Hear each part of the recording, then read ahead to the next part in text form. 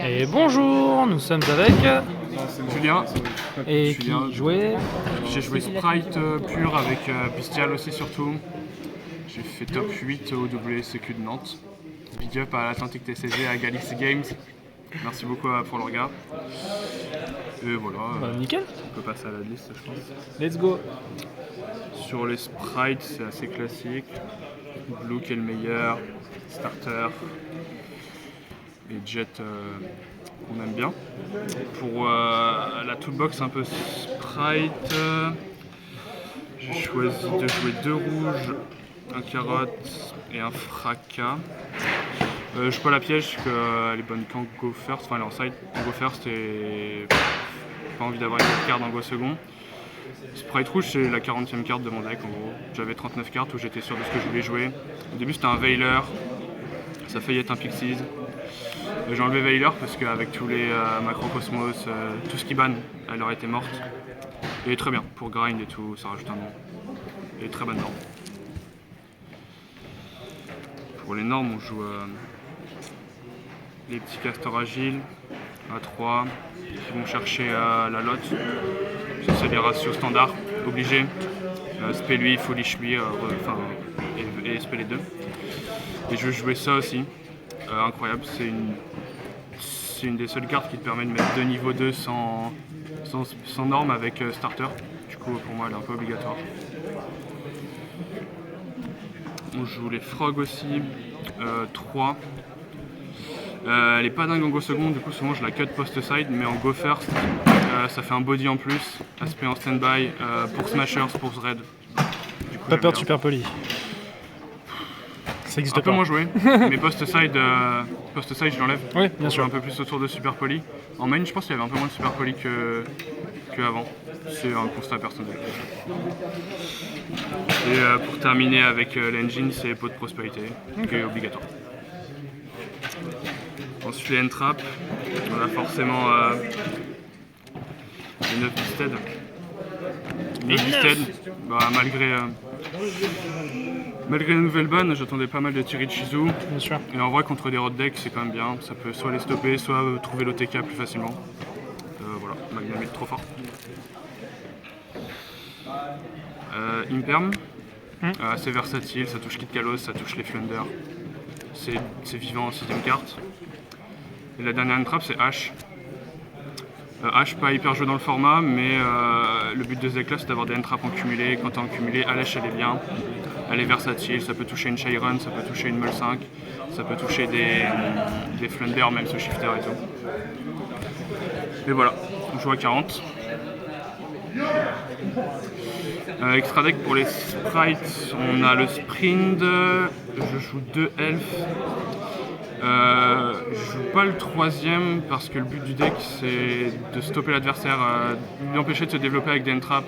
Du coup on voit moins souvent grind et donc pas forcément besoin d'un 3ème elfe. En vrai c'est un choix discutable. Franchement je pense en testant il y a moyen que je revienne en arrière. Dark qui est trop fort, spé Magnamut, spé des niveaux 2 permet de partir sur Gigantic. Gigantic qui est voilà, 2, pas besoin de plus. 2 et limite si tu joues chat, tu peux peut-être même en jouer qu'un seul si tu veux trouver la place pour un autre starter, enfin pour un autre elfe. Du coup lui il me permet de... bien sûr il y a les targets en go first, enfin une surtout. Et au grind c'est trop bien. Au grind c'est trop bien, ça va chercher des Magnamut, ça va chercher du sprite, ça va chercher tout ce que tu veux. Pour le side aussi? Comment? Pour un side spécifique, ouais, j'ai une target seulement side. Ensuite j'ai une petite toolbox Nightmare en plus. Ça a failli être IP et merde. Avramax? Avramax, mais c'est trop... Il y a trop de personnes qui la out en vrai. Et c'est un peu en dernier recours. J'aurais bien aimé aussi avoir une target en plus à...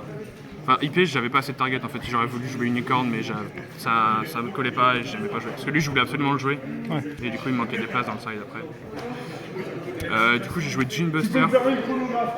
Ça c'est quand t'as des bonnes mains en go first, t'as envie de foutre un maximum de negate. Ça aurait pu être IP du coup mais comme j'ai expliqué il n'y avait pas assez de place. Okay. Lui je le trouvais pas mal, même au grind. Ça c'est trop fort pour clear les bodies, ça clear pen parce que tu peux le mettre en défense et tout. Ça clear... comment il s'appelle? Babouska. Babouska, s'il le met pas en extra zone bien sûr.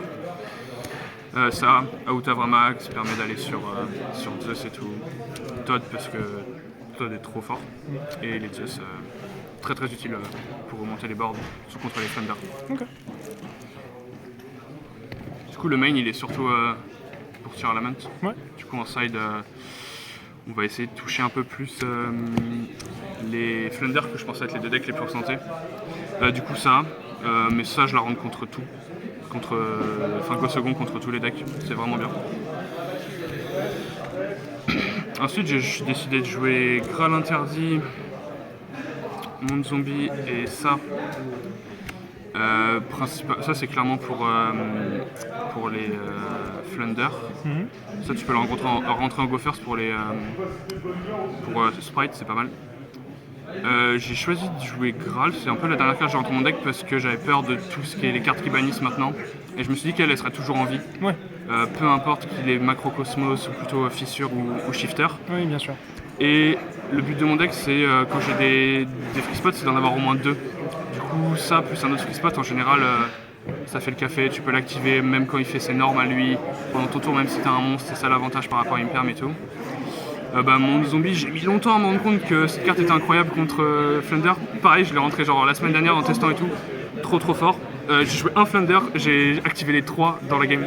Voilà. Et ça c'est la target à Foolish Burial Mannequin Chat et éventuellement Foolish Burial si je me prends Shifter. Ouais. Au début je jouais la Chaos Hunter. Mais ça le bloque pas tant que ça, si tu fais Dark Ruler No More, ça sert à rien.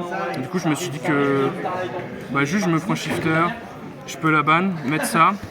Si j'ai une bonne main je peux aussi faire un gigantique après et faire carotte, protéger le cyclone et tout ce qui pourrait traîner. Voilà. Je l'ai pas sorti en Go First mais ça m'a trop aidé. J'ai aussi ça. Flunder, Go second, et j'avais peur des decks back row quand même, toujours peur des decks back row. Ça c'est pour le side Go Infer, je la rentre tout le temps, souvent j'enlève une frog, je rentre elle, et c'est elle que je vais faire en fer, ça permet de faire triple frog, c'est très fort. Et diapason rouge, pour les raisons qu'on connaît. Oui, un teneur feu, c'est très sympa. Voilà, je vais pas faire la blague de c'est pour faire Ita, mais on peut faire Ita si on a envie. Ok.